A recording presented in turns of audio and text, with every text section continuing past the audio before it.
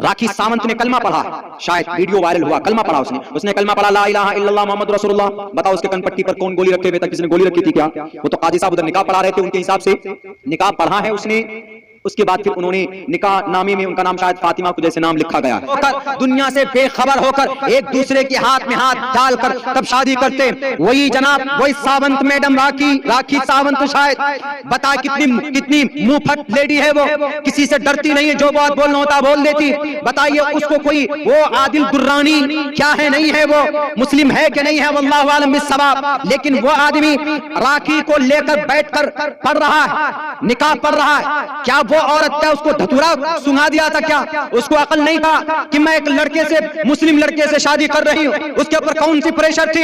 کس نے مجبور کیا تھا اس کو؟ خدا کی قسم ان واقعات کو لے کر اسلام کو بدنام مت کریے. یہ نہیں کہ لڑکی ہے جناب وہ اوم نمہ شوائے بولنے والی لڑکی ہے، لڑکی ہے وہ جے ہنومان گیان گن ساگر جے کپیستے ہنو کو اجاگر. لڑکا ہے الحمدللہ رب العالمین پڑھنے والا اور نکاح کا پیغام بھیج رہا ہے تو ایکسیڈنٹ ہو جائے گا. ایک طرف سے ایک الحمدللہ رب العالمین کی آواز آئے گی، ایک طرف سے جے ہنومان گیان گن ساگر. دونوں طرف سے جب لڑیں گے دونوں تو آواز آئے گی اور سماج کے اندر میں ایک بڑا خطرناک دنگا اور فساد جنم ہو سکتا ہے، پیدا ہو سکتا ہے. ہندو مسلمانوں کے بیچ میں ایک بڑی دیوار کھڑی ہو سکتی ہے نفرت کی. ابھی ہوا نا ممبئی میں، وہ کون جناب عادل صاحب، وہ ایک میڈم ہے وہ راکھی، اس کو جناب پڑھا رہے، اس کا نام فاطمہ رکھ دیا، شادی کر لی. اب کچھ لوگ کہنے لگے کہ یہ لو جہاد ہے. لو جہاد من گھڑت ایک اصطلاح، زبردستی کا لو جہاد. لو جہاد کوئی حقیقت نہیں ہے. اگر کوئی عادل کسی راکھی ساونت سے شادی کرتا ہے یا کوئی عبداللہ کسی پرینکا سے شادی کرتا ہے تو اسلام کی نظر میں اس کی شادی نہیں مانی جائے گی جب تک کہ سامنے والی اس کی منکوہا، اس کی بیوی ہونے والی بیوی وہ قرآن و شریعت کے مطابق اس کا عقیدہ نہیں ہوگا.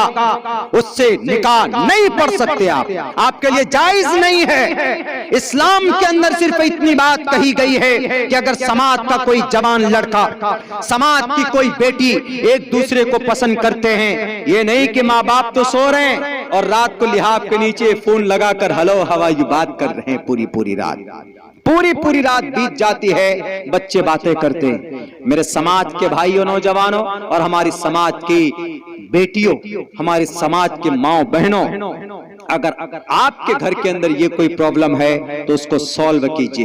اگر آپ کا بچہ آپ کے سامنے شادی کا پرپوزل لے کے آتا ہے تو آپ اس کے بارے میں غور فکر کیجئے اور اس بچے کو جائز طریقے پر جو ہے نکاح کا جو پروسیس ہے اس میں آ کر آپ اپنے بچے کا رشتہ کرائیے.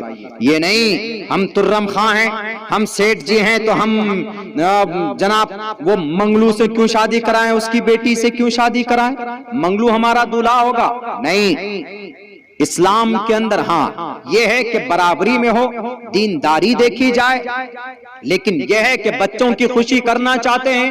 اگر کوئی غریب ہے، آپ کا بچے کا فیصلہ ہے، آپ لوگ وہاں شادی کرنا چاہتے ہیں، آپ بھی غور کریں.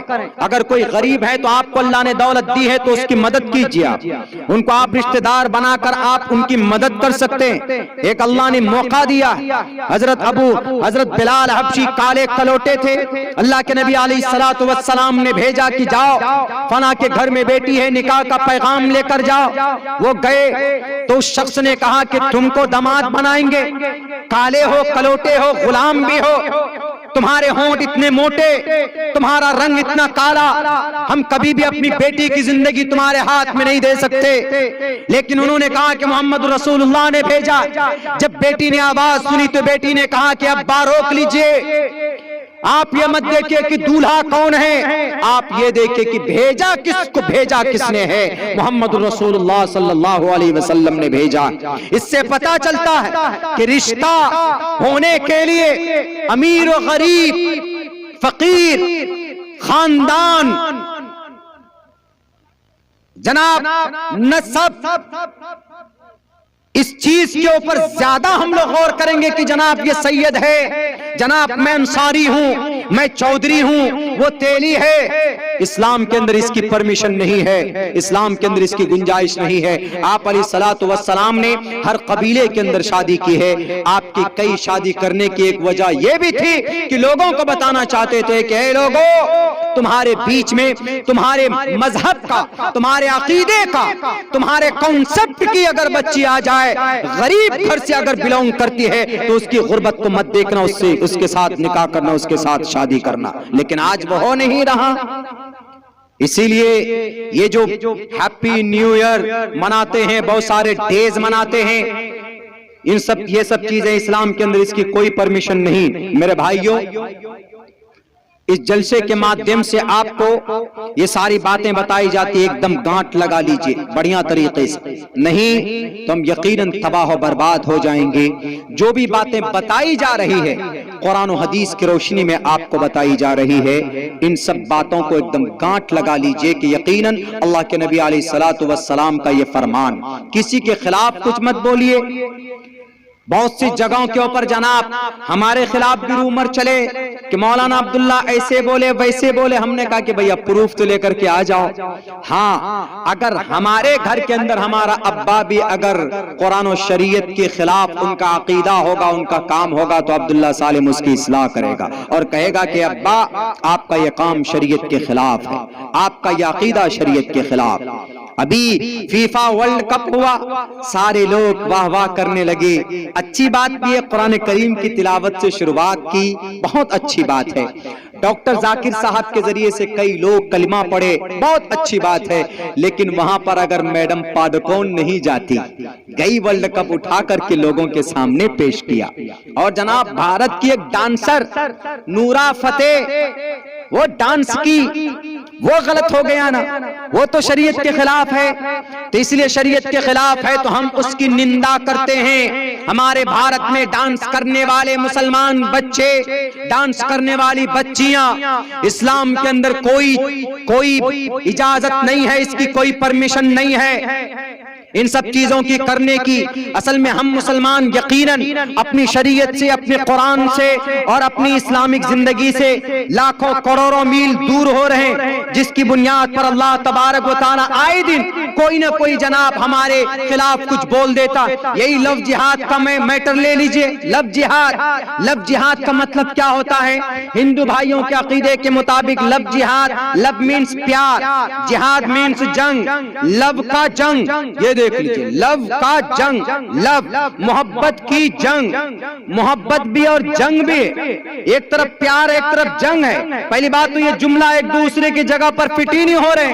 لو مینس پیار، جنگ مینس جہاد مینس جنگ۔ لو جہاد وہ لوگ اس معنی میں لیتے ہیں کہ جتنے بھی مسلم لڑکا ہیں یہ غیر مسلم بچیوں کو زبردستی ان کو بہلاتے ہیں، پھسلاتے ہیں اور پھر ان سے شادی کرتے ہیں۔ بتا کوئی پاگل ایسا ہے کہ کوئی مسلمان لڑکا کسی سے کہے گا کہ hello madam, my name is Abdullah, I want to marry you, میں تم سے شادی کرنا چاہتا ہوں، بیکاز آئی لو یو، کیونکہ ہم تم سے پیار کرتے ہیں، ہم تم سے شادی کرنا چاہتے ہیں۔ تو کوئی بھی لڑکی یوں کہے گی ہاں میں بھی آپ سے شادی کرنا چاہتی ہوں، جبکہ ہمارا دھرم کچھ اور ہے، سامنے والی کوئی لڑکی اور ہے، کوئی بھی کہے گی؟ بالکل نہیں کہہ سکتی، بلکہ وہ کئی سال سے ایک دوسرے کے قریب ہوتے، ایک دوسرے پر ٹرسٹ کرتے، ایک دوسرے پر مرتے مٹتے، دنیا سے بے گھر ہو کر، دنیا سے بے خبر ہو کر، ایک دوسرے کے ہاتھ میں ہاتھ ڈال کر تب شادی کرتے۔ وہی جناب وہی ساونت میڈم، راکھی ساونت، شاید بتا کتنی منہ پھٹ لیڈی ہے، وہ کسی سے ڈرتی نہیں ہے، جو بات بولنا ہوتا بول دیتی۔ بتائیے اس کو کوئی وہ عادل درانی کیا ہے نہیں ہے، وہ مسلم ہے کہ نہیں ہے، واللہ عالم بالصواب۔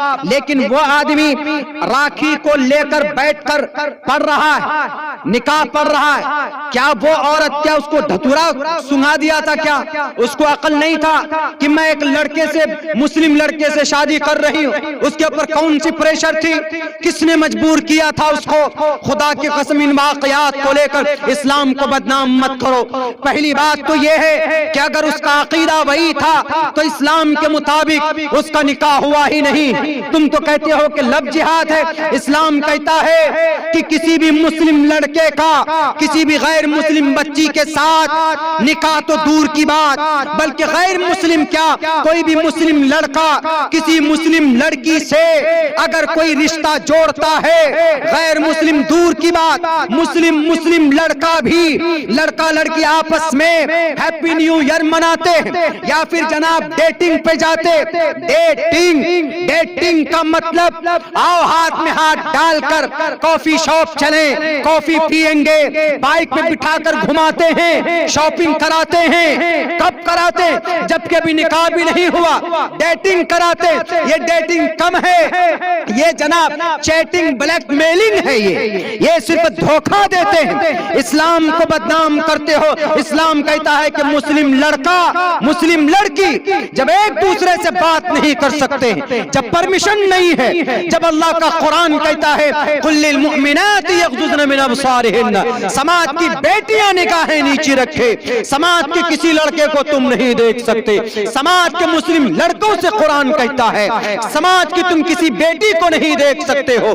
قل للمؤمنین یغضوا من ابصارہم، نگاہیں نیچے رکھے ہو. تو پھر جناب یہ شادی تو دور کی بات ہے، شادی تو دور کی بات. اور وہ شادی وہ بھی کیسے قرآن و شریعت کے خلاف. اسلام تو بنا شادی کے بنا نکاح کی اجازت بھی نہیں دیتا ہے بات کرنے کی. آپ کیسے بولتے ہیں؟ دنیا والے تو ڈیٹنگ کو جائز قرار دیتا. ڈیٹنگ یہ نئے وہ ہیں جناب، نیا کیا بولتے ہیں تہذیب ہے، نئے الفاظ ہیں جو آج کل وضع کیے گئے ہیں. ڈیٹنگ کو دنیا والے جائز قرار دیتے. اسلام کہتا ہے کہ یہ ڈیٹنگ بھی یہ ڈیٹنگ نہیں، یہ چیٹنگ ہے، یہ بلیک میلنگ ہے سماج کی بیٹی کے ساتھ، کوئی کسی کے ساتھ. اب یہ لو جہاد بنا دیا جاتا ہے اس کو، لو جہاد. بس کوئی بابا کوئی بھی بات ہوتی، کوئی بھی میٹر ہوتا، فوراً لو جہاد بنا دیا جاتا ہے. راکھی ساونت نے کلمہ پڑھا ہے، شاید ویڈیو وائرل ہوا، کلمہ پڑھا اس نے کلمہ پڑھا لا الہ الا اللہ محمد رسول اللہ. بتاؤ اس کے کن پٹی پر کون گولی رکھے ہوئے تھا؟ کس نے گولی رکھی تھی کیا؟ وہ تو قاضی صاحب ادھر نکاح پڑھا رہے تھے، ان کے حساب سے نکاح پڑھا ہے اس نے. اس کے بعد پھر انہوں نے نکاح نامے میں ان کا نام شاید فاطمہ کو جیسے نام لکھا گیا ہے. اس کو کس نے مجبور کیا؟ اگر کسی نے مجبور کیا، ڈرایا دھمکایا تھا تو پولیس والے نہیں تھے. خواہ اسلام کو بدنام کرتے ہیں کہ اسلام کے اندر لو جہاد ہے. کوئی بھی مسلم لڑکا کسی بھی غیر مسلم لڑکی سے نکاح کرتے تو فوراً کہہ دیتے ہو کہ بھئی یہ لو جہاد ہے. بھارت کے قانون میں جائز ہے، بالغ ہو مسلم لڑکا ہو غیر مسلم لڑکی ہو، بھارت کے قانون میں جائز ہے، نکاح شادی کر سکتے، میرج کر سکتے ہیں. لیکن اسلام کے قانون کے اندر میں یہ جائز نہیں. اسلام تو صاف کہتا ہے تو نکاح ہی جائز نہیں، نکاح ہی الاؤ نہیں ہے. چاہے وہ عادل خان کرے، چاہے وہ جناب وہ ایکٹرز جو جن کا بھی شاید سوسائڈ کر لیا، جس نے جو مر گئی، جس کا انتقال ہو گیا وہ کرے، یا وہ ممبئی کا دلی کا وہ آفتاب کا میٹر ہو جس نے 37 ٹکڑے کے کسی بچی کو، چاہے وہ ہو کوئی بھی ہو، اس کی اجازت ہی نہیں، پرمیشن نہیں. خواہ ان چیزوں کو لے کر مدعا بنا لینا، بہانہ بنا لینا کہ نہیں اسلام کے اندر لو جہاد ہے. ان چیزوں کو لے کر بڑے بڑے گرو لوگ بیان دے دیتے ہیں. آج کیا بیان دیا ابھی ہمارے گرو جی نے، RSS کے موہن بھاگوت جی نے، کہ اسلام کٹرتا والا مذہب ہے. اسلام میں کٹرتا ہے، بتائیے کہاں پر ہے؟ اللہ کے نبی علیہ السلام سب سے پہلے 1450 سال پہلے آپ کو نبوت دی گئی. محمد رسول اللہ کو 1400 تقریباً 90 سال پہلے آپ اس دنیا میں آئے. کیا آپ ظالم بنا کر بھیجے گئے تھے؟ کیا آپ کو کوئی سپر پاور دی گئی تھی؟